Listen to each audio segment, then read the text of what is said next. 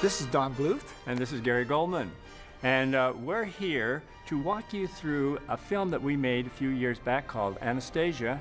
And maybe if some of you are students of animation, you would be interested in knowing just exactly how you put one of these movies together. And I hope you are. And as we walk you through it, maybe you can learn something about the process. So we'll be your guides.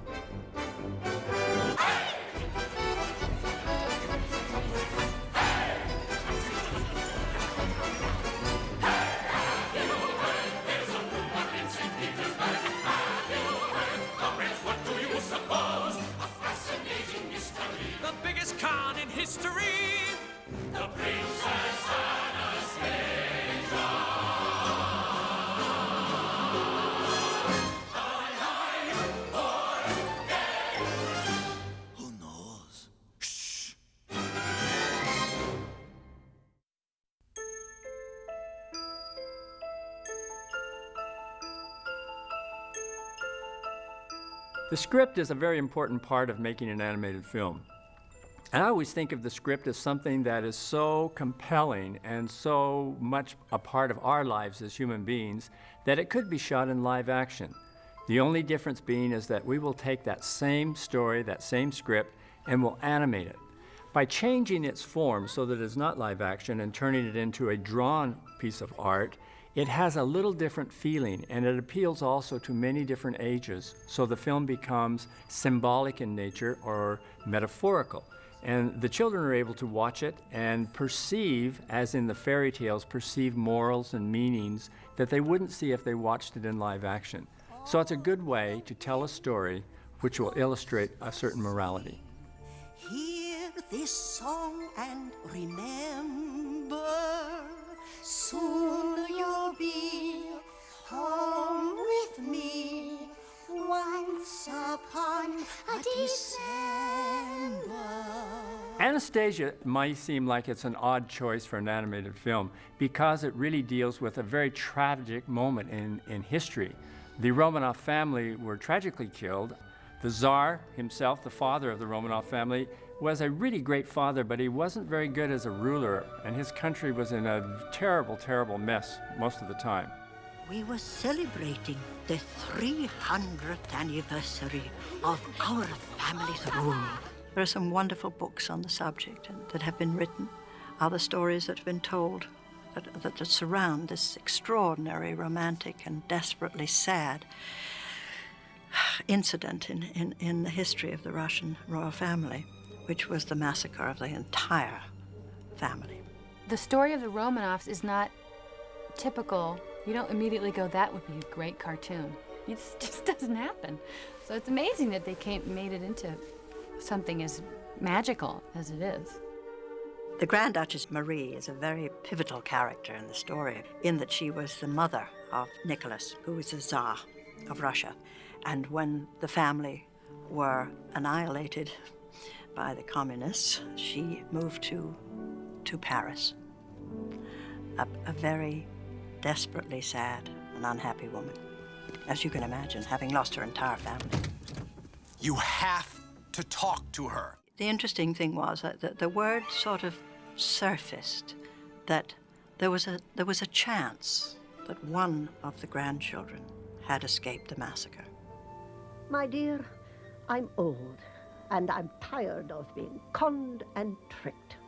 A tremendous number of young women were brought to her to be looked over by her, to be tested to see if she could possibly have been her grandchild.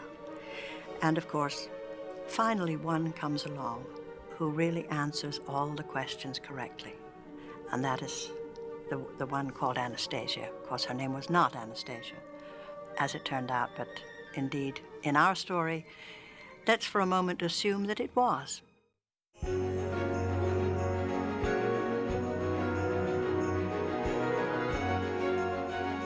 You know, once we decided that the main set pieces for Anastasia were going to take place in St. Petersburg, Russia, and Paris, France, we realized that our work was really going to be cut out for us as far as research is concerned.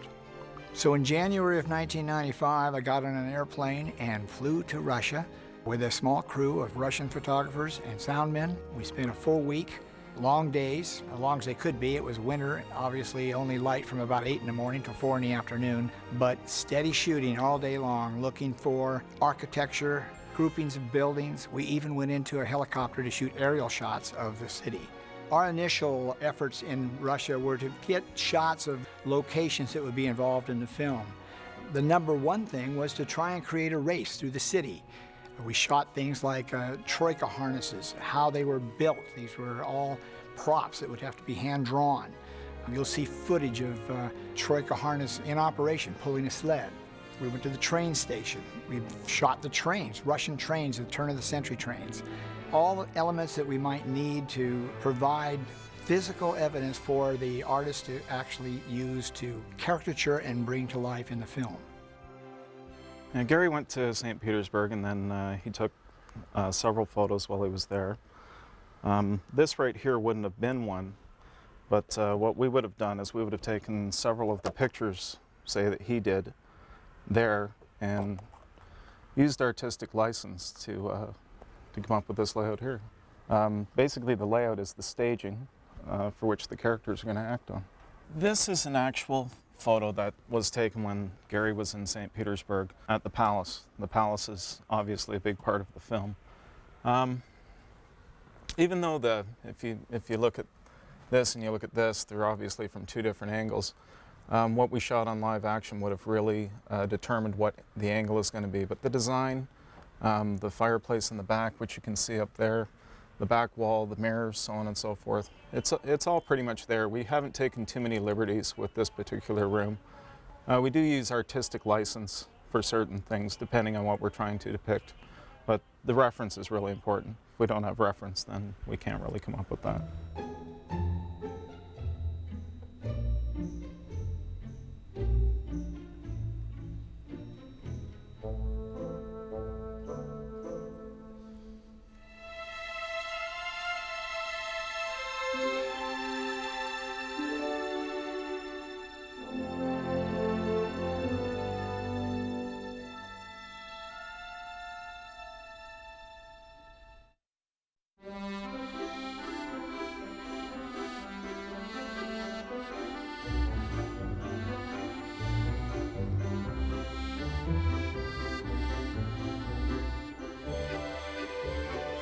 We decided to do this film in CinemaScope, a very widescreen format that hadn't really been done in animation before. The widescreen format gave us an opportunity to create something of grandeur, to give it an epic feeling. And when you watch the opening of the film, you're going to see a down shot, an aerial shot of the Catherine Palace and the 300th anniversary of the Romanov rule. We used the same technique when we got to Paris, taking an aerial shot and allowing the audience to see the layout and the grandeur of that city, the City of Lights. In regular format, you would only be looking at doing, say, a drawing from there to there. Instead, this is being added on, because you're adding on to both sides. It's much grander to look at, though. It was difficult at first. It was hard for everyone to get used to. Now it's going to be hard to go back the other way, if we do go back the other way. CinemaScope gives you a bigger world. It's epic in scope. You show more. And so when it comes time for those quiet, little intimate scenes where you just want to get close to the character and you want to be in really tight and you want to hear a whisper maybe, you still have this huge, big stage, which is sort of counterproductive to the intimacy. But the way around it is to take the lights down and keep lit only that tiny little place where you want us to inhabit or to live.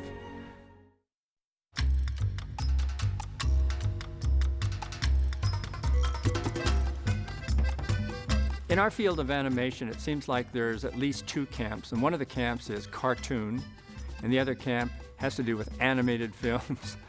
Certainly animated films are the people who are trying to create a more serious world that you can journey into and experience an emotion.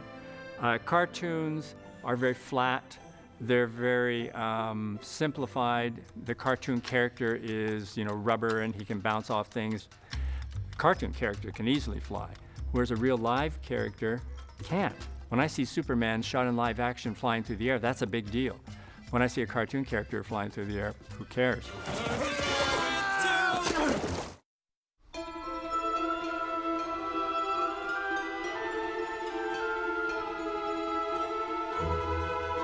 One of the devices that we've been able to use to try and create a more believable feeling, if you will, of the character is the use of shadows. Now, to do that, you have to put a shadow under the feet of your characters. You have to put shadows on the contour of their body shape. You have to keep shadows playing all the time because that's part of our real world. There's a light globe in the heavens, we call it the sun, and then there's shadows. I think those shadows are very important in many ways. They can provide a direction for where you want the audience to look. Pointing, the shadows can do that. The shadows also can tell us, and this is a lot of films back in the 40s, when you want to look at a character's eyes, you don't light the whole character. You keep everything in shadow except just a little bit of light across the eyes. Now you know exactly where to look. So shadow and light help focus the audience's view of what spot on the movie screen they're supposed to be looking at.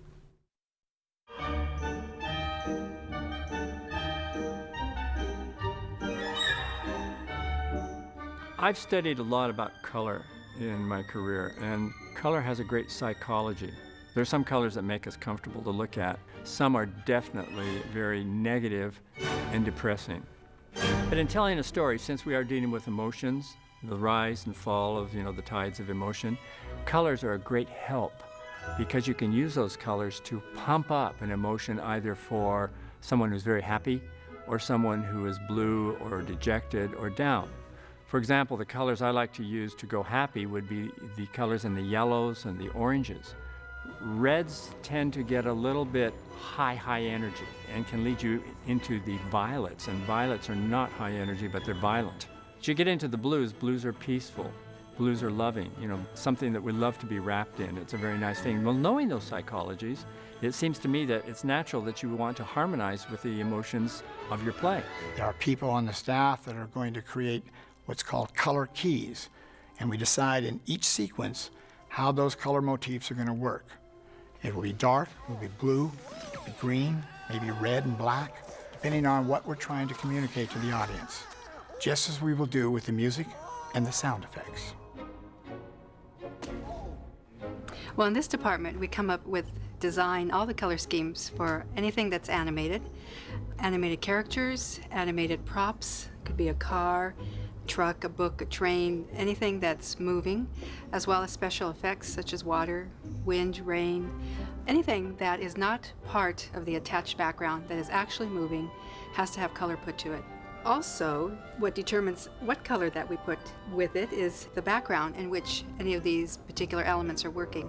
So if it's a nighttime scene, if it's a daytime scene, if it's a cool lighting, a warm lighting, anything like that, different colors have to be chosen depending on the environment that the characters are working in.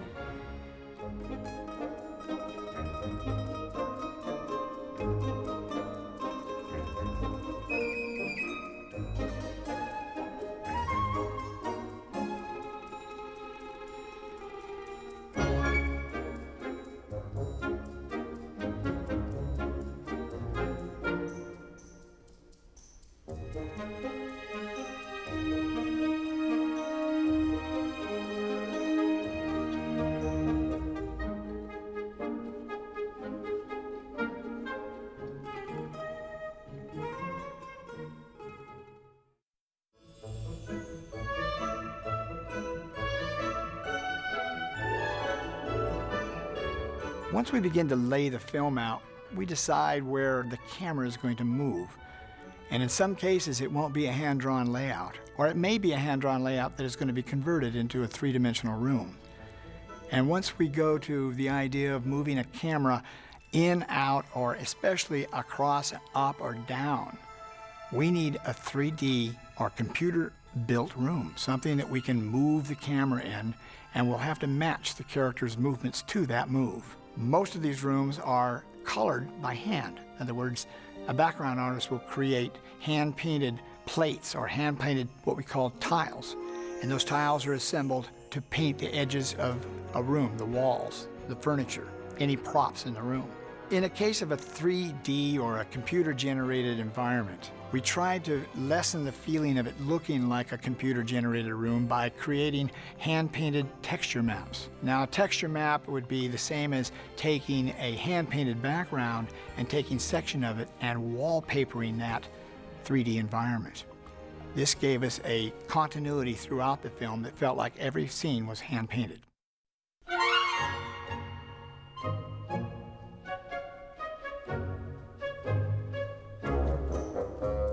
In all of our animated movies, we have to do an awful lot of reference, both for locations and props, but also for the characters' costumes. If it's a period piece, then we have to do a lot of reference to what those costumes look like.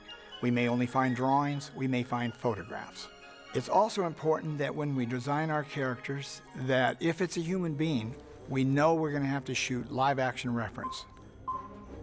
Shooting live-action reference for human characters has been around since the very first animated feature.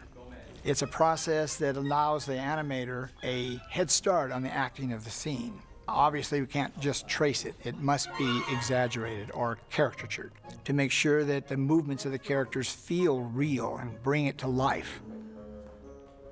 Grandma, it's me, Anastasia. Take two. Okay, and sound.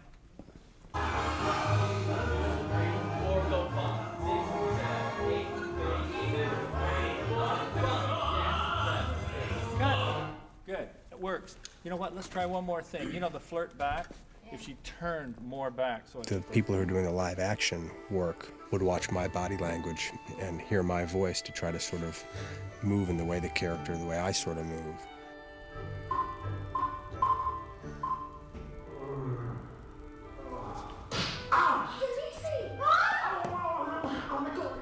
Sorry. Yeah, I know. All men are babies. Cut. Shoot, okay, I'll get it. There's a lot of mirroring and, there's a lot of intense stuff going on. I never knew how much work there was to one of these. It's pretty fascinating. What I try to do is take his acting. No. Remember, you're the Grand Duchess. And do a caricature of it.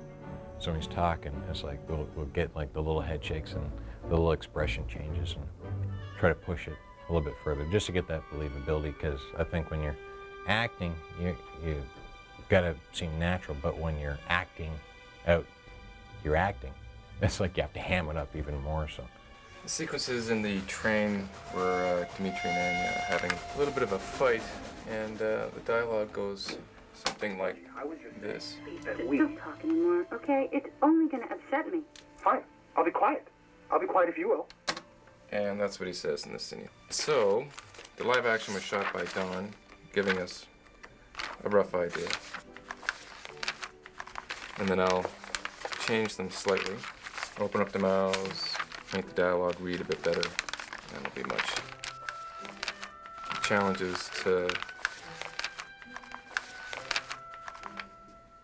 make the movements not look live action. That's the toughest part, because you have to leave out certain bits and keep certain bits. So that's our toughest problem right now. This is the scene with Dimitri, and he's talking to Anya on the train. And basically, I rough out the main poses and the acting of the action. In other words, we get the storyboards from Don, and based on his sketches, we try and interpret the performances for him. And so we're basically the actors with the pencils. I'll do the main poses, and by that I mean I'll have, if I had an arm here and an arm here, and there are in-betweens that need to go in there, I would do here and here, and then chart it and send it off to the in-between department. And then they come back and check the drawings with me. My responsibilities basically are doing the in-between drawings that come from the animators and the breakdown artists. What I'm doing right now is drawing the in-between between drawings number 109 and 113. As you can see, as I flip this, you'll see that Dimitri is not only raising his left hand, but he's also turning his head towards the audience. So my job would be to smoothen that movement out by adding an in-between. So I'm just getting started on it. I'm trying to figure out the correct head position. So what I'll be looking for is a center line, maybe right there, as well as an eye line to anchor the eyes and the movement of the turn.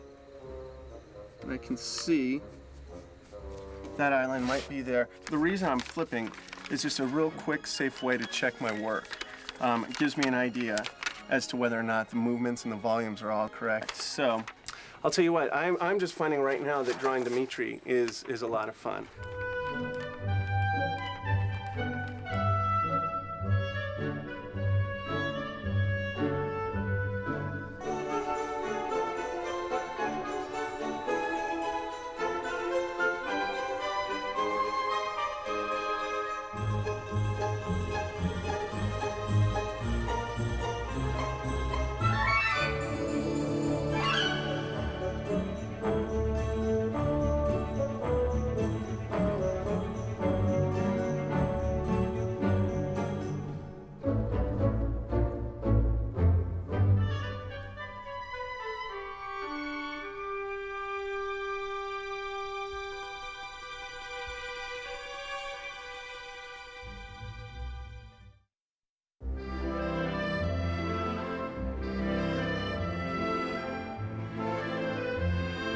The hardest part about designing a character is that it has to fit the voice.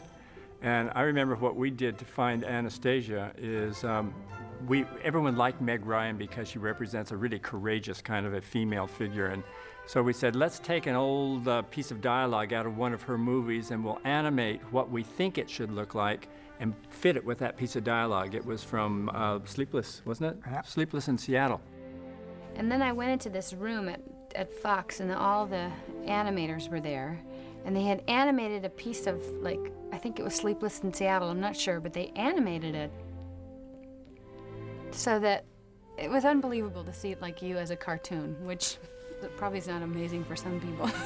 It was amazing. And then they were just so enthusiastic about everything. And it worked very well. She saw herself as an animated figure, and I think it helped bring her into the mix so that she was part of building this movie. Absolutely. I think when she left the room, we all agreed that we thought she liked what she saw and she would probably agree to do the part. What I liked about her in the script was that she was kind of sassy and fiery and an independent spirit, and she took a great risk, and she, you know, she went towards things she was afraid of despite her fear, and that she had a dream of belonging and being loved. And I mean, this is just the animated character, but I mean, those are the sort of things that stick out about her for me. Take 4, channel 3. I see a skinny little nobody with no past and no future. I was surprised to learn that we would do the recording first and they would animate later. I don't know why I thought so much of it would be done to picture. You know, Don Bluth would just say, well, this is what's happening in the movie, and in your mind's eye you try to kind of picture this train sequence or that reunion or this dream, but I think they only drew the characters for us, you know. There was like just such a vague idea of what was really going on. This is our stop! I don't think there's a better person we could have cast than Angela Lansbury to come in and be the royal grandmother, the Empress Marie. My heart can't take it anymore. I will see no more. No, it's no good. I'm talking to myself now. Oh, I'm sorry. I'm just giving you something interesting to photograph. A little glitch. Yes, they did, absolutely. It's interesting because, of course, we don't see the pictures first. The animators hear us first. And from our readings and the expression that we have in our voices, they then create the face and the mouth and the attitudes of the characters. And therefore, they're very dependent on us and the way we read a line to draw the character. You know, when you put together an animated film, there's 3 questions that we always talk about amongst ourselves, and one of them is, who's the hero of the film? In this case, it's a heroine, Anastasia. Who is the villain, which took us a long time to find for this movie, turned out to be Rasputin. But kind of more importantly is, you want to laugh your way through this tragic story. Who's your clown? And the clown in this one turned out to be a little bat that we call Bartok. We just made him up out of thin air because he certainly isn't historical. And then we placed him very near Rasputin, and Rasputin, to make him kind of funny, kind of comical, he's dead, he's moldering in the grave, and his body is rotting and pieces of it are falling off. But he's at the same time very determined to really get rid of Anastasia. So those three elements playing in concert with each other are really what keep the dramatic tension going in the movie. In playing the part of Bartok the bat, we had originally conceived of a bat that was a nervous creature. He was tiny, high-strung, always afraid that someone might step on him, he's so small. And we thought of him as being a high-pitched little voice. And we tried several actors doing that. But the day we took Hank into the studio to record him, he says, I have some ideas, and he began to talk in this funny little voice that was completely laid back, not nervous at all, and sort of matter-of-fact and skeptical about everything. Why not release the bones, sir? Let's be big adults about this and let bygones be bygones. I mean, here we are in Paris, it's the springtime, the flowers, look at the flowers, they're all in bloom along the Champs-Élysées. So we came back here, got right on the boards, and changed the look of it and created a different kind of character than we thought. So he becomes not the willing adjutant to Rasputin, but the skeptical guy who's trying to talk the villain out of being so mean. The big thing with animation like this, especially such a big scale like this, in a movie like this, is you want to give a lot of choices to the director. So you want to do one line 10 different ways. Oh, I could kiss you, sir, if you weren't so disgusting and awful with the smells. Oh, I could kiss you, sir. Oh, I could kiss you, sir, if you were one notch better in the smell department. Right on the forehead, sir. I've run out. I've run out of material for you. I showed Don Bluth like 3 or 4 different ones, and we kind of hit on that one. Let's be big adults about this and let bygones be bygones, huh? For some reason, especially on this show, I've been doing a lot of things come up from childhood, little phrases, things I don't even know I remembered, like big whoop, things like that. Big whoop! How long can you carry a grudge? The last time I said that, I think I was, 9.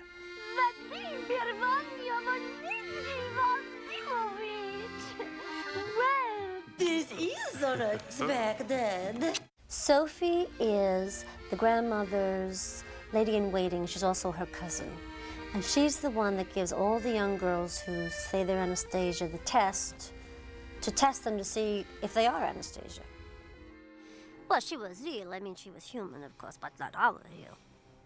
But we won't be fooled next time. No, I'm going to think of really hard questions. You're at a microphone, so you have to picture what the character might be doing, the little grunts or groans or movements. And then later on, you can get a chance when you're looping to the picture and you finally see the picture, you can get a chance to even add some little peeps and bleeps and things like that. She answered every question. You hear that, child? You did it! If you are the princess, then you'll finally know who you are. There's a consciousness to go a little bit broader, to make it a little bit more exaggerated, because it seems like the medium can sustain that, or at least embrace it. You still have to come from your own truth, and then hopefully your voice will, reflect that. We'll be rich.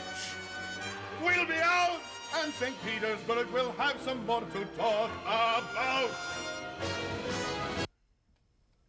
We got a winner. So well. Really, the truth of the matter comes down to what do you believe in here, and then the voice reflects it. I believe that.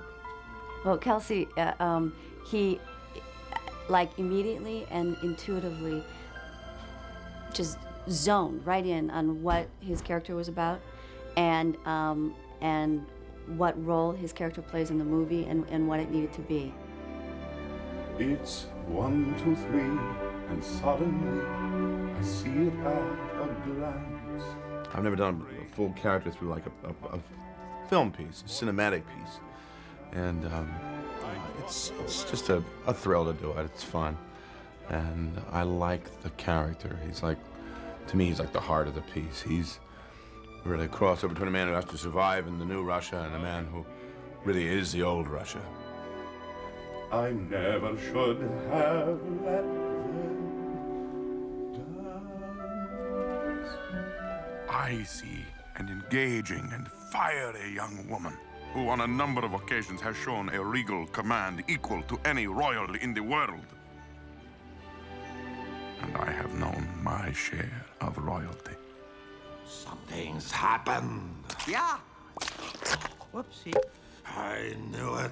I could feel the dark forces stirring. Christopher Lloyd, so well known and loved, I think, by the whole movie audience because he's played villains, you know, in great abundance, that we challenged him to come up with a villain that he hadn't played before, that wasn't just a loud, mustache-twisting Machiavellian villain, but the guy was somebody that had several levels.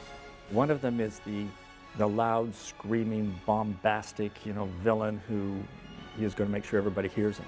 And the other one is the sniveling little insecure guy who feels sorry for himself. Then there's a third personality where he is sly and cunning and very, very devious, and he's hunting for the right way to turn the screw. And so we explained this to Christopher and said, this is what we want to do, is go in and out of these things. And he thought about it for the longest time. And he says, well, yeah, you just sort of hold up a flag when I'm supposed to go in and out of these. He says, I can get this. And over a period of about 2 or 3 recording sessions, he locked in on Rasputin. Our first one didn't quite get it, but the third one, he finally found these 3 characters. And then the magic became real. Rasputin needs to walk the line between being truly a villain, truly for real scary and threatening, yet really carry a large part of the comic and humorous elements of the movie. In the dark of the night, evil will find her. In the dark of the night, just before dawn. Revenge will be sweet when the curse is complete. In the dark of the night, she'll be gone.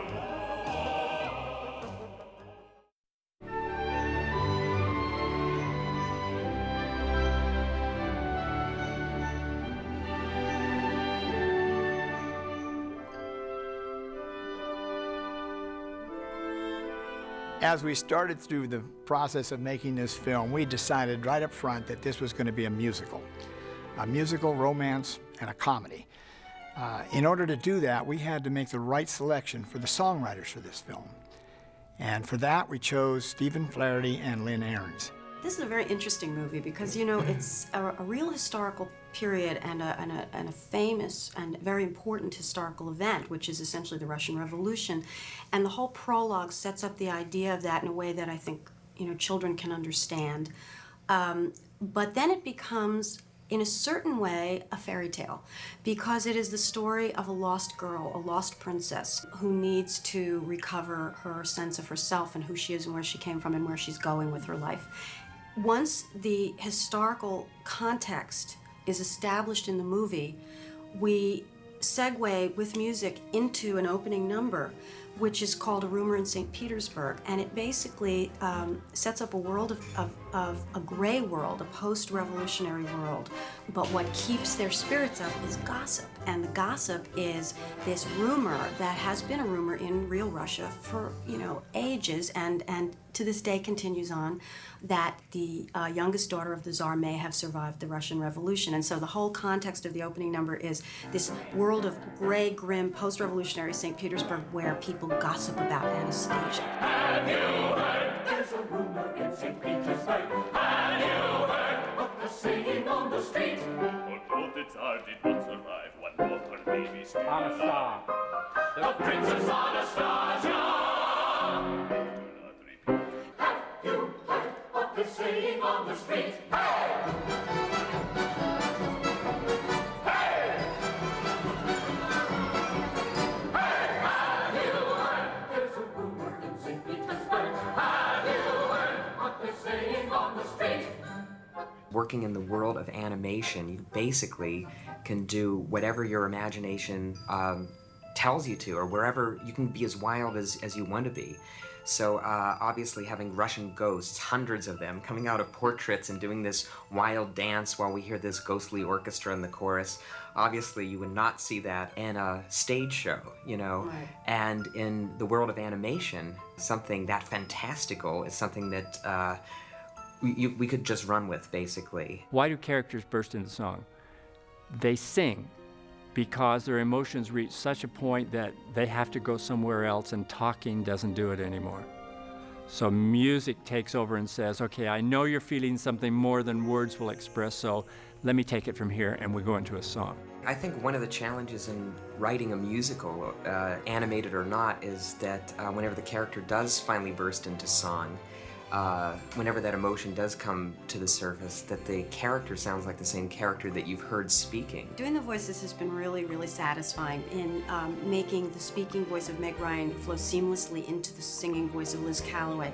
The speaking voice of John Cusack flows seamlessly into the voice of Jonathan DeKuchitz. I found you at last. No more pretend. You'll be gone, that's the end. I think if I start to sing, I think, people will start getting up and hailing cabs. So I don't think, gratefully, I'll be doing very little singing.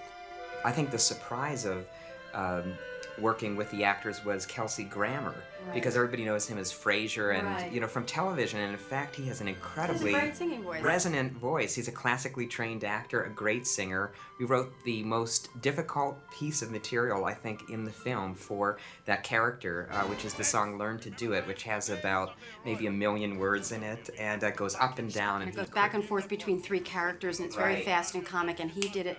He was terrific, and he did his own speaking voice as well, so that, it's just this seamless role that he's created in the movie, and that was a great deal of fun. It seemed to me that if I was going to be in this thing and someone was going to sing, I should sing it, not have somebody dub it or do something else, because then it would be more likely to come out of my character as well.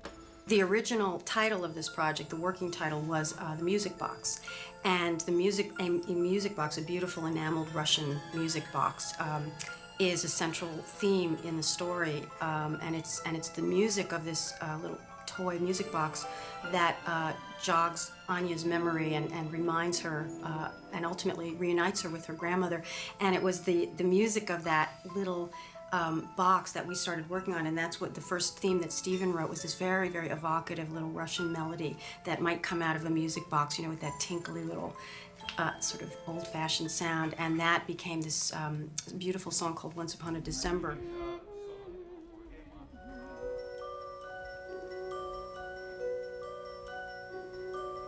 Dancing bears, painted wings, things I almost remember. We've had a chance to work with the great Liz Calloway, who is a brilliant singer, actress. She's a star of Cats. She's very, very well known and respected musical theater performer. Once upon a December.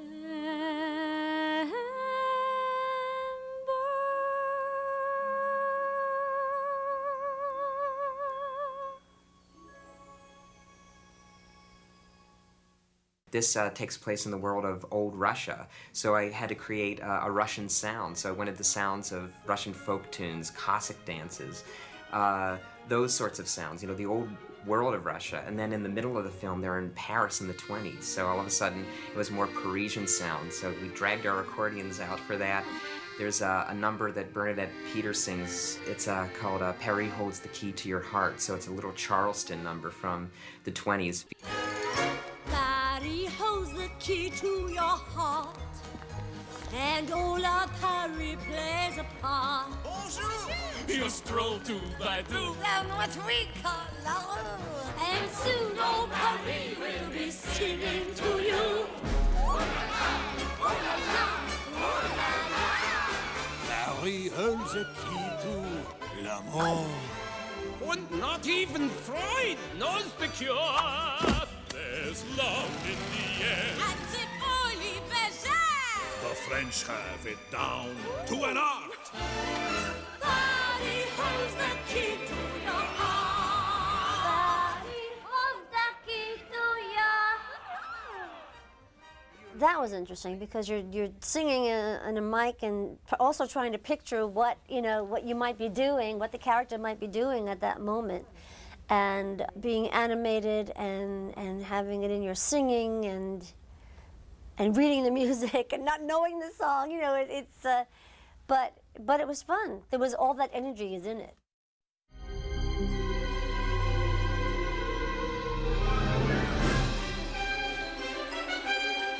Our selection for the underscore was a composer by the name of David Newman. For any composer making a movie, usually they have the freedom to come up with their own themes and their own melodies.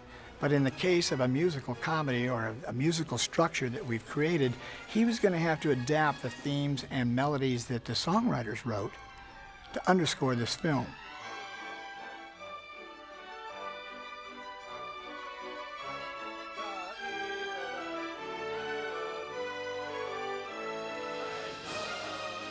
I'd like to present our director, Don Bluth. Oh, well, we're getting presentations. And our composer, David Newman. And maestro, Robert Kraft. Thank you so much. Do you realize the three of us have worked together for the last 14 years, day in and day out? On Anastasia. On Anastasia.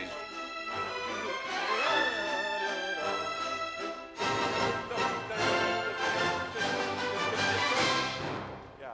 So we just lighten up. Hey, Jim, guys, what bar was that? He did a lot of musical jokes. And that's an odd term to say that music can tell jokes, but it can. And it does it in a very strange way. There's certain instruments in the orchestra. I'm thinking of the bassoon. The bassoon can be a very funny instrument. He used the bassoon a lot to be Vlad, who was kind of a big, pompous character, and the bassoon has this sort of dark but comedic sound to it. And he used also little phrases and little melodies, which to me made me smile through it. So I know that he was very aware that humor had to go into the movie. He also is very familiar with what his job is as a composer, to tell that story, to make exclamation points where they're necessary, musically, audibly, so that the audience can be lifted, you'll feel it. You'll actually be in the room in that theater with this huge score coming at you that's reinforcing what we're trying to say to you visually. You know what was amazing too is that we heard all the score before the musicians played it. I liked it because we could go to his house or we could sit in the studio here in Arizona. He would pipe the music into us and we would hear it, but it was on a synthesizer. So you would hear all the instruments, but they weren't really the acoustic instruments. And later on, when all the musicians arrived in the stage to record it, then you heard it with a little more resilience, you know, and it was a brilliance, but we knew where we were going because we had once heard it. And I thought it was so generous of David to actually offer us the opportunity to listen to it and make whatever criticisms or suggestions we like to possibly improve it or make it more like what we had imagined it to be.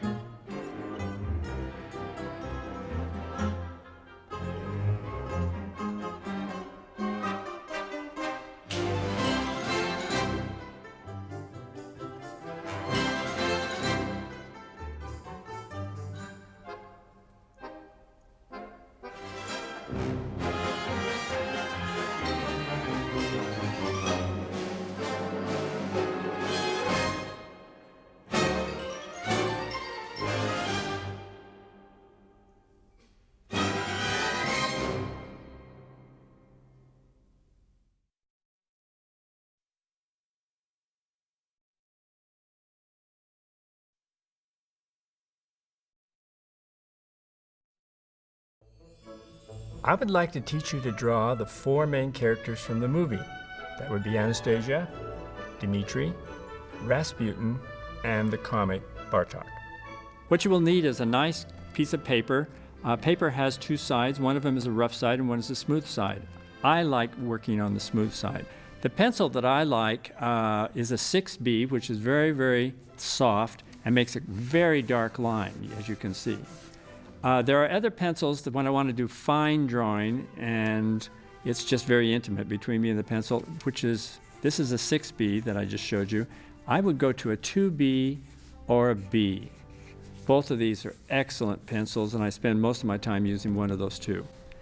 The eraser that I've been using is an amazing eraser. It's called a kneaded eraser because it changes shape and it moves and the graphite goes into it. Now if I wanted to erase with this, crumbs don't get on your drawing. You just simply rub like this and it disappears, except in the case of a 6B. So use a kneaded eraser and use one of these 3 types of pencils and a great piece of paper. Don't draw too small and stay very loose and rough. Drawing takes practice, but remember to please yourself, and the more you draw over and over, the better you'll get. I'd like to show you how to draw Anastasia. Come a little closer. I usually start the head construction with just a simple circle, and then I divide the circle into 2 halves like that. Then in half horizontally. This gives me what I call the eye line. I can put another kind of an oval-like shape or an almond shape for the eyes. Then I like to describe the cheek, the chin, and the jaw.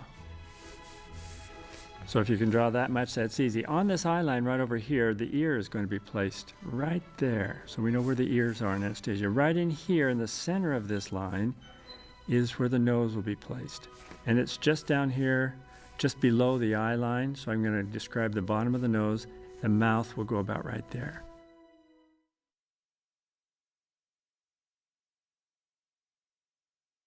I just sketched this, but now I'm going to draw it just with a little more commitment to the line. I'm going to decide that the eyes should be a little larger here. And what I'm going to do is now draw her looking, and I'm going to have her look in this direction over here. Now, since this is a girl, I know that part of what girls like to do is put on a little bit of makeup so they have the lashes here. So this makes her look kind of a sexy look. And I keep finding some things as I go. There's her eye. Now the eyebrows are easy. This brow on this side will come up out of this line and curve over the top of the eye line. This will do the same thing, so it's kind of symmetrical here over the top of that line. Her brows are a little thicker than just a pencil width, so I like to thicken them up a bit. Now, the most exciting part really is the mouth, and it's no good to just make her place the mouth. I'd like to make her smile just a little bit, so I'll try something like this.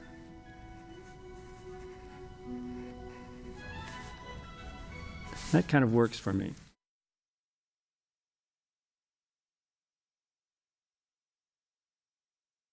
Now the hair, placement of the hair. This is a little tricky. I want to get the neck on first though. There's the neck. This will be a shoulder. This will be a shoulder. Now you can see how she's got her head kind of tilted to one side. Let's go up here and let's say that the hairline is somewhere in here like a cap, almost like a cap that she's wearing. And up here, just over this brow, I'm going to draw a point, and I'm going to take the hair, I'm going to bring the hair and hang it down her eye right here. And then I'm going to draw kind of like look like little hairs. This would be the part of her head right there. That's where the part is. So the hair back here is going to come around and meet this. So it's kind of like a big shock of loose hair back in here. I'd shade it just a little bit. Right here, come down here, and I'll make this just a little bit scrappy here. She hasn't really got a haircut in a while. Here's her ears. Define those one. And now the jaw, I know where to put that, right in there. All right, the other side of her head, right here. Now, she hasn't had a haircut. It's kind of a do that she's got going here, so I'm making it a little short like that. And up in here, I don't know why we did this when we designed her, but this is not cloth, this is also hair, and out of the top of this hair comes this ponytail, which can be as scruffy as you'd like to make it. The reason we did this, of course, is because it gives her kind of a street look, like she's been not really able to take care of her shampooing and her hair as well as she'd like to.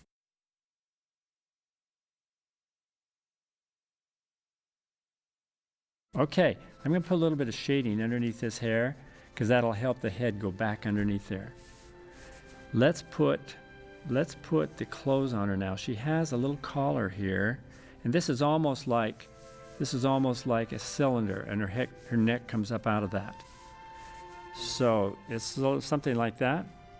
but I'm going to draw it with a little more flair, and I'm going to make it loose on her. Now, the reason we chose to make loose clothes on Anastasia is because she probably hasn't had a store-bought dress her whole life long that she can remember.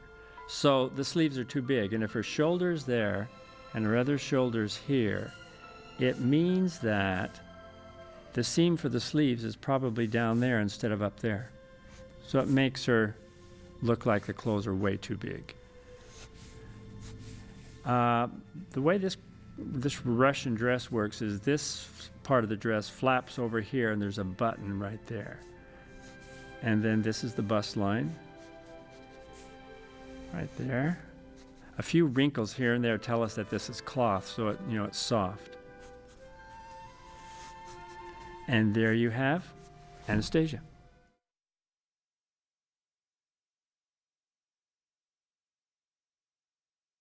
Now notice that the eye, which is on the far side of the nose, is further away from my vision and the camera. So I have to actually draw the perspective of it being sort of wrapped around her head, so it changes its shape. It's not really the same shape as this eye that's closest to us. That goes for everything. If I were drawing the ear on the other side, I would draw an ear that feels like it's more far away from me than this ear.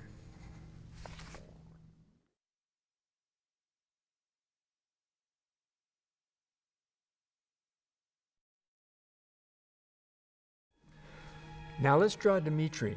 He's a strong character, so we're just going to sit up a little straighter. I'm going to start with a circle for the skull, and I'm going to kind of imagine what he looks like with strong angular lines. So I'm going to divide the circle. I'm going to divide it again horizontally. Then I'm going to say his chin maybe down here, a strong jawline there.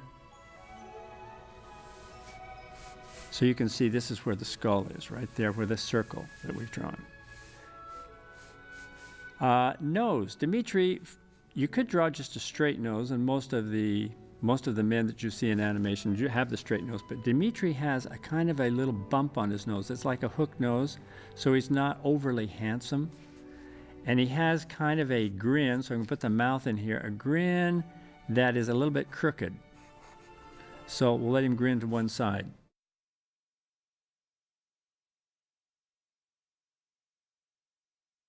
Right here on the eye line, I'm going to put, I've got the eye line a little high, so I'm going to just adjust it a little bit downward. And I'm going to put his eyes here and over here. And I'm going to have Dmitri kind of squinting. His eyes aren't quite as open as normally would be because it gives him a more mischievous look. Now Dmitri, to look strong, I think has to have a fairly strong brow, which means it needs to be thicker. And this can connect right with the nose. This line right here, which goes into this very strong brow line.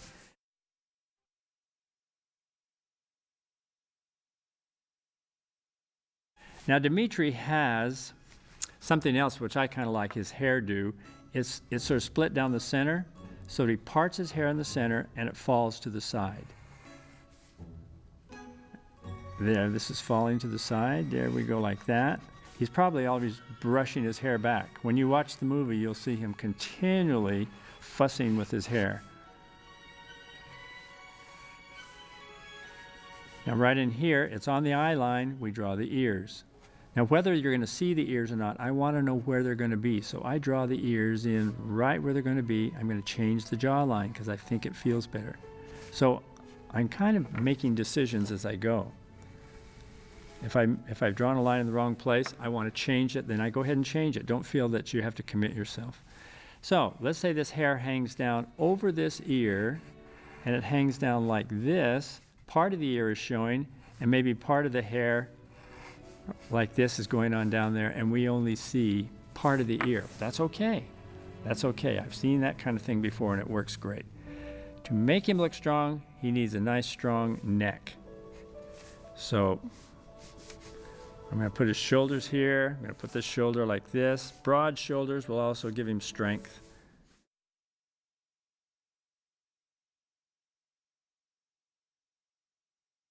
And he has the shirt that he wears. I'm trying not to draw too many round shapes because round shapes indicate softness instead of strength. So I'm drawing a lot of angular shapes. This is a little round over here, so I'd rather do this, a straight line. The straight lines are so much better for defining strength. All right, now he wears also a little tunic, so I'm going to bring the tunic, it's like a little vest, bring it down here. And then somebody thought of a really good idea for Dimitri so that we make him look like he's strong. Why don't we show his muscles? So we rolled up his sleeves well above the muscle or his arm. So notice on Dimitri, he has the sleeve rolled up. You can do that by just drawing some little creases of the cloth up there, and here's the bicep. Same thing over on this side. I want the shoulder bigger, but I want this rolled up sleeve to really show. And under the arms, he'll also need to have some kind of a crease of the cloth to show that the cloth gives just a little bit, and a button right there, and maybe a button on his vest. And there you have your friend and mine, Dimitri.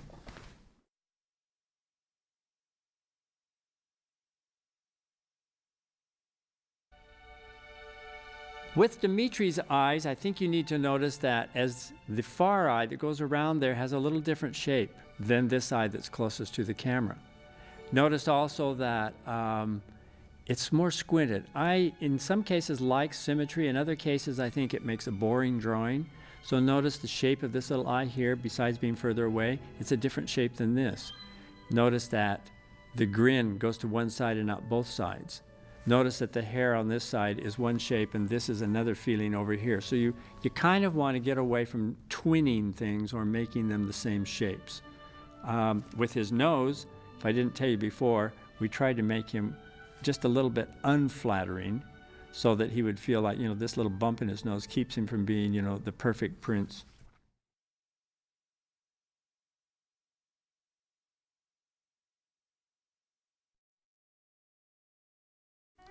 Rasputin is the villain, but he's a mean guy. Let's see if we can capture him. Rasputin is a meanie, so when I draw this circle, I'm going to say, what am I going to place on the circle that will make him look really mean? I'm going to face him in the same direction. I'm going to divide the circle in two. Then I'm going to imagine that he's going to be looking more downwards, so this circle has kind of a tilt going downward. That defines what I'm going to draw on it. Now, the nose is going to lie right on this circle, so I'm going to draw kind of what I call shorthand drawing. There's the nose. It's on there. Let's draw where we want the eyes. The eyes will go in here. Now, if he's wide-eyed, he doesn't look really mean. Usually the mean look comes from a squint kind of a look. And I know that he has great big sort of lumpy flesh above the eyes that sort of hold the eyebrow, or I mean hold the eyeball in there. So far, and I know he has really sharp cheekbones on either side. Pay attention to this. As you go around this circle, things change perspective. What is around here is actually going into a sphere or an oval right there because it's changing perspective. Now let's draw what would happen if this guy were sort of snarling, but his mouth goes up underneath there, and so I'm going to have to draw this mouth that's grinning.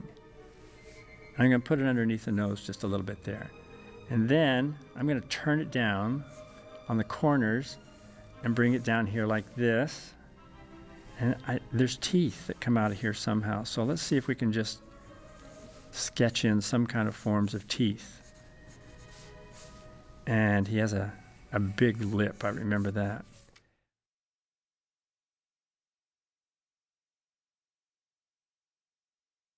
One of the things that makes a character look really mean and determined is to take the little eye and make them cross-eyed.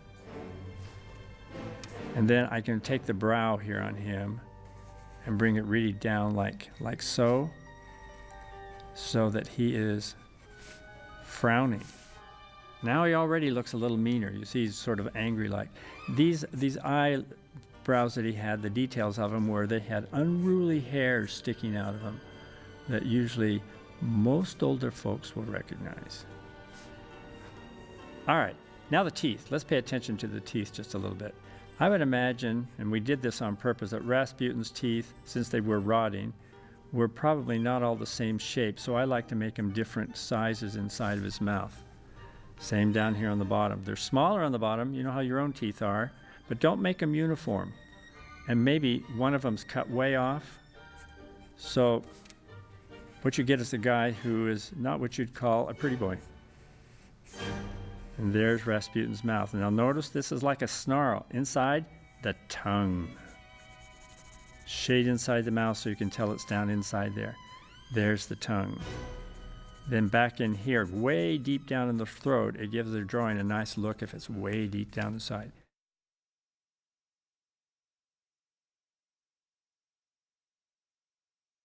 All right, now we're ready to draw that skin that helps define the side of the face. Where's the jaw? Jaw's got to be over here somewhere, underneath there, down into the chin, which would be right here. But I remember I'm Rasputin. Let's put the ears on, which remember on the ears are on the eye line. So let's put the ears right here. I like to square them off because, again, it gives him a strong look. And it makes him kind of it makes him kind of comedic to draw these ears. Notice that it has to change. This is almost just a square shape up there. This one we see a little more of the ear.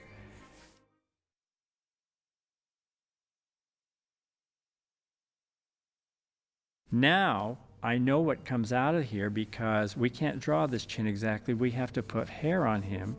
He has a beard. So let's shade that in. And then the beard, we could have made a beard that goes out here like this, but it wouldn't define that sharp, angular look. So on this side, where this was over here, just coming out of the ears, I'm going to draw the other side, the sideburns, shade that in, and then let this beard come down here like this. Now down at the bottom, I can bunch this out a little, and all of this will be the strong beard. Here's the interesting part to me now. As a villain, it's fun if I can take his shoulders. If I put his shoulders down here, he looks comedic. If I put his shoulders up here like this, he looks villainous. So by raising the shoulders and lowering the head, it makes him look, more evil? And then he wears kind of a tunic or a cloak. So let's just indicate that kind of thing. And let's get the hair to work. Rasputin has kind of a pointed little, and I add this to this circle. He has a little pointed back of the head or crown of the head. And right here on the center eye line, here's where, instead of a widow's peak that goes like that, we made it a little passageway back in there. And this goes down to meet the hair on the ears.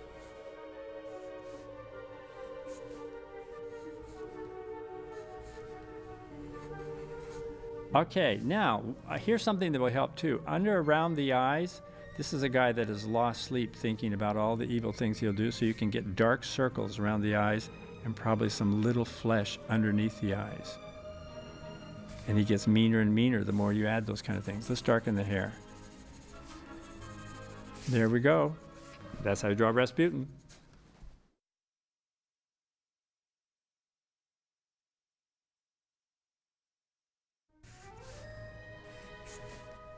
This is a finished drawing. We've just finished detailing a lot of things, but before you get to the details, construction to me is really important.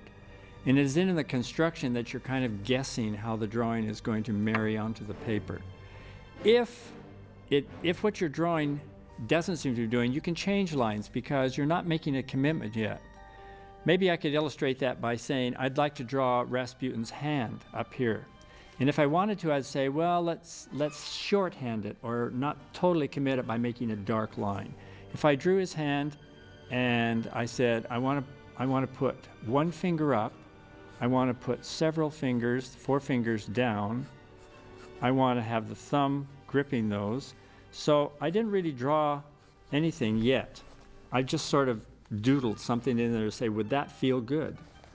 If it doesn't feel good to me and I say, no, I'd like to do something else, I have a really neat little eraser here that just takes it right out. Because I don't want to commit myself to that design. I think it's a bad one. But what if I said, I like something more like this? And this is just, again, not making a commitment, but there is a hand. Here's a thumb. Now I say, he's got an open hand. And I say, I think I like that idea better, but I haven't committed to it. Let's say I do commit to it. And I said, okay, draw that. So then what I would do, I'm going to smudge this, I'm careful. A lot of times I get a piece of paper and lay it over there so I don't smudge it. But I would then begin to say, I know he has big knuckles. And I'm still not committing entirely. I'm kind of sketching lightly. I call it shorthanding.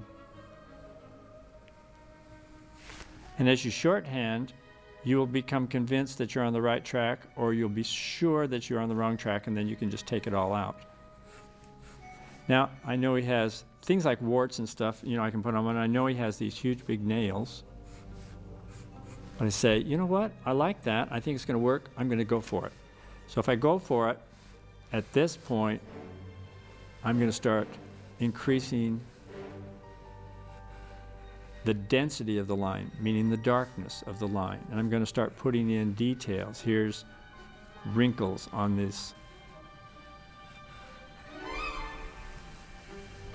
I'm making a commitment to this because now the paper, this is very dark on the paper. If I want to take it off, the paper's just ruined. So I believe in what I'm doing enough to darken this and to detail it. You don't want to put detail on a drawing if you know that you don't totally believe in it yet. But I'm liking where this is going. So I'm getting bolder and bolder about how I detail this. Pinch the skin. I'm now going to say, hey, this guy's got horrible, horrible skin, probably warts all over it. Some down here, probably some in here. And it makes a bigger statement about who he is. Do you see now he's yelling and he's doing it with his hand.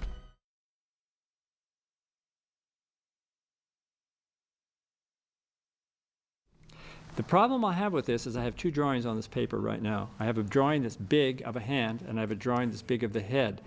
When it comes to coloring this drawing, I've got to decide whether I want the audience to look at this hand or this head. And I can accomplish that by shading. If I wanted to, I could take it and I could say, I could shade all of this in some fashion. I'll show you this.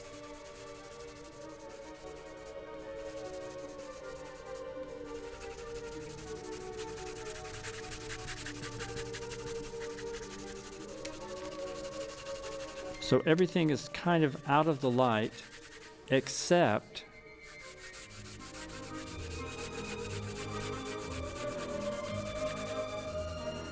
where the eyes are. And you as the viewer, your focus will go right there because everything else is played down. There you have it.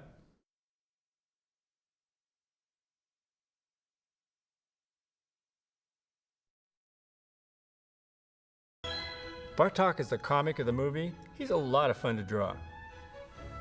Bartok is the character I love drawing most. And oddly enough, we start with the same circle that I've always liked to start with, and I'm going to tilt the head in a different way. There's the vertical division of the circle, the horizontal division of the circle. Here's Bartok's nose, and it's a flat little nose like a pig. So I'm just going to play like it's a pig's nose for a second. Now he has quite big eyes. So I'm going to just play like the eyes are close together and they're big. And this is basically the character of this little bat. If you get the nose and the eyes working, you're in pretty good shape. Now I want to know, I'm going to draw the whole body of this bat, so I want to know exactly what he's doing.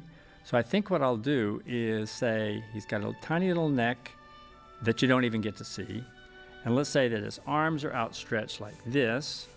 So let's just shorthand this. And he has one foot up in the air like he's going to walk. So that's what the bat's going to be eventually.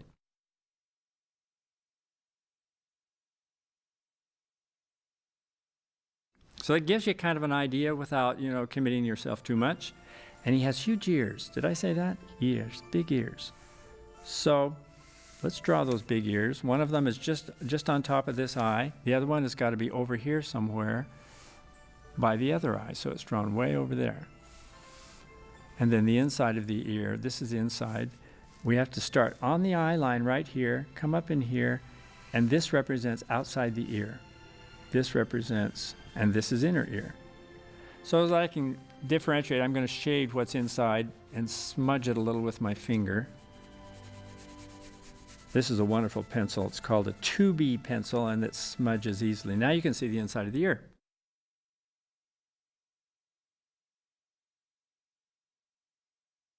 Now, what if Bartok is, we'll say, a bit frightened? If he's frightened, I'm going to draw little eyes right in the center, and I'm going to make him towards cross-eyed. And I'm also going to draw some brows that are very much like Rasputin's brows. So let's finish off this little nose. It's got a heart-shaped nose. See the heart? And some little fleshy folds right just above it. And then let's say that he is going, ah! So I'm going to drop this jaw clear down there like this, with his little teeth, which are very much like his master's teeth. And it's stretching the skin. See, it stretched the skin as he pulls his head down there. You can almost see this above his head. So we'll draw the little tongue. Now, little bats' tongues don't take up much room, so you don't want a lot in there. Shade it with my finger. And then I'm going to draw the back of his throat so it goes way back in there, and I'll darken that down so you can see it. And he looks frightened, doesn't he?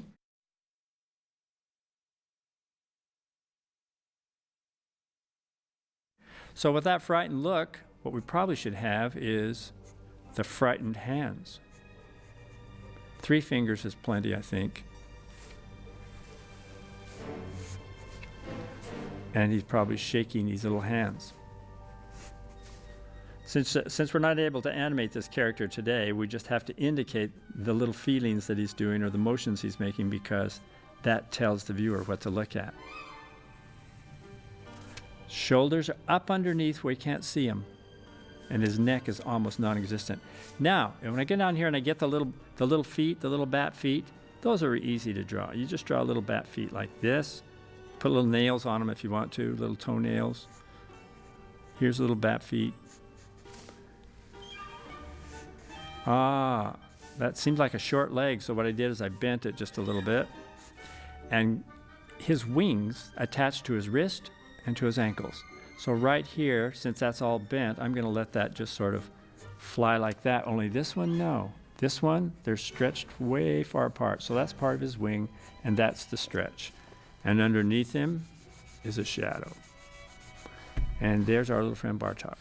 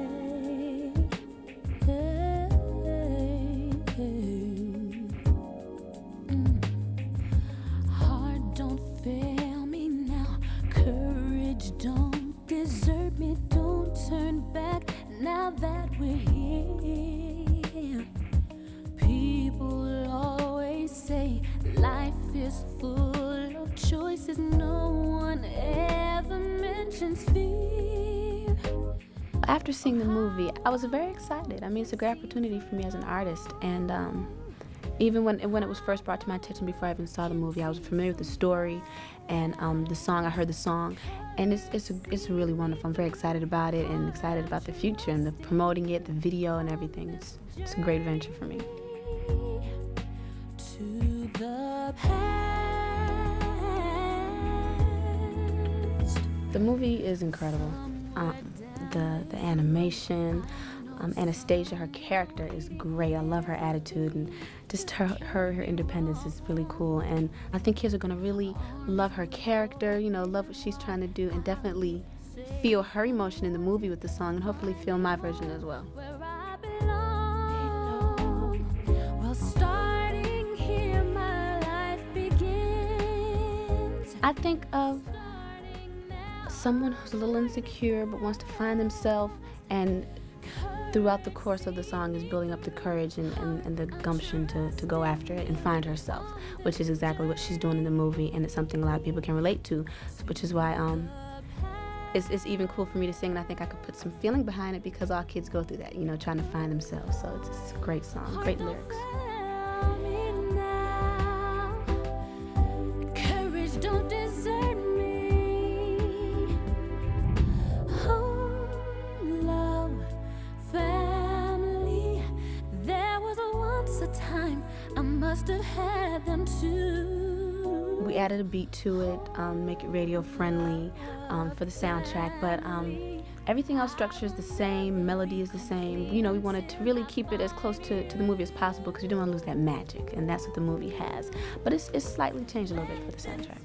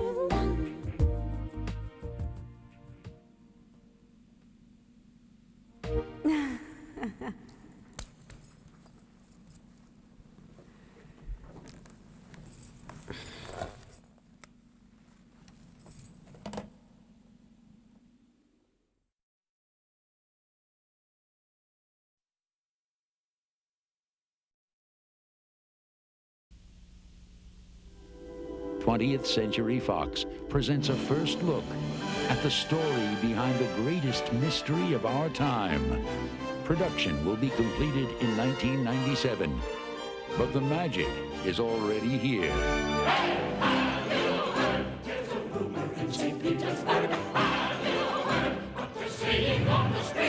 Although the Tsar did not survive, one daughter may be still alive. Hello? I just want to know who I am, whether or not I belong to a family. The story of a young woman without a past. Somewhere down this road, I know someone's waiting. Years of dreams just can't be wrong. A young man with a plan. Do you see what I see? The same blue eyes. Perfect. Are you trying to tell me that you think that I could be The Grand Duchess Anastasia. Oh. Anastasia, alive? I'd give her a ha and a hi-ya. A sinister villain. In the dark of the night, evil will find her. An epic adventure.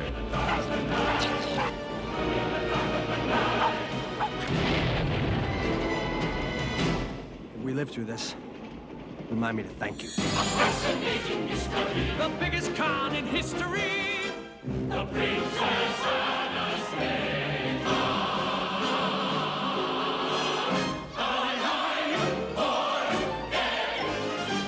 Who knows? Do you really think I'm royalty? You know I do. Then stop bossing me around. Anastasia.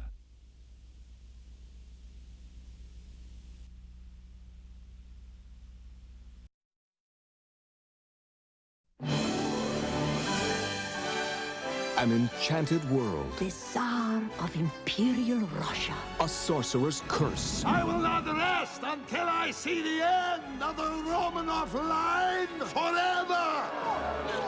A young princess. Anastasia! Grandmama! Who vanished without a trace. One of the greatest mysteries of all time is now the most magical motion picture event of our time. This Thanksgiving, 20th Century Fox proudly presents Anastasia.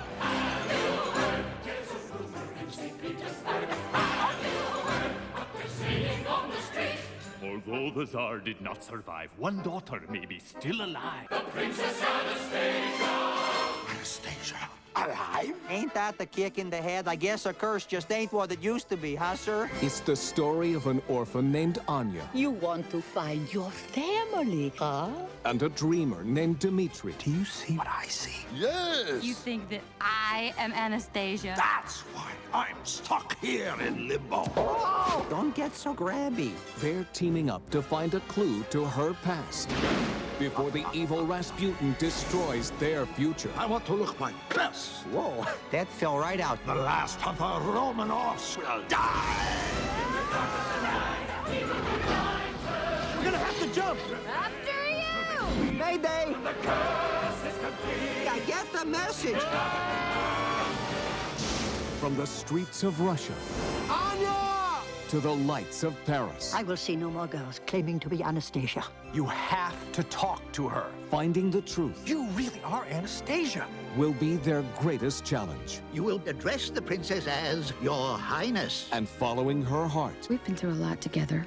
Princesses don't marry kitchen boys. will be her toughest choice. What goes around comes around. I'm not afraid of you! Dmitri! Hold on! This can only end in tears. And bring me home at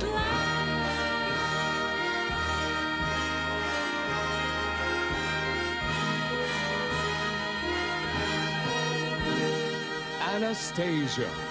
I'd give her a ha, then a hi-ya, and I'd kick her, sir.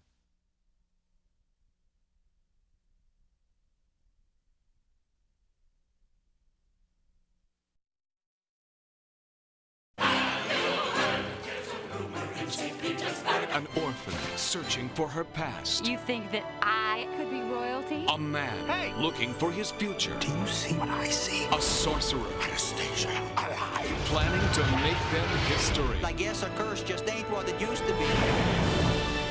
20th Century Fox presents a magical musical adventure. Wow! Anastasia.